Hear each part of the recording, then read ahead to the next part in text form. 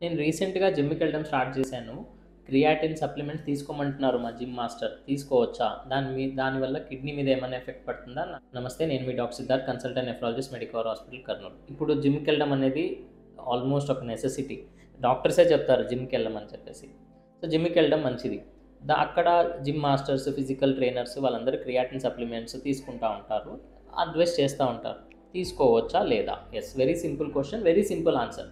మీకు kidney problem ఏమీ లేదు అనుకోండి, అది ఉందా లేదా కిడ్నీ ప్రాబ్లం అనేది తెలిసేది క్రియాటిన్ టెస్ట్ మాత్రమే. కాబట్టి అందరూ మీ క్రియాటిన్ టెస్ట్ చేయించుకొని నార్మల్ ఉంటే మీరు క్రియాటిన్ సప్లిమెంట్స్ అనేది తీసుకోవచ్చు. రోజుకి 3-5 గ్రామ్స్ వరకు తీసుకోవచ్చు.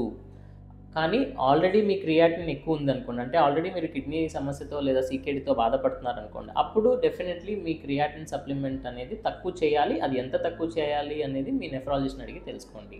Thank you.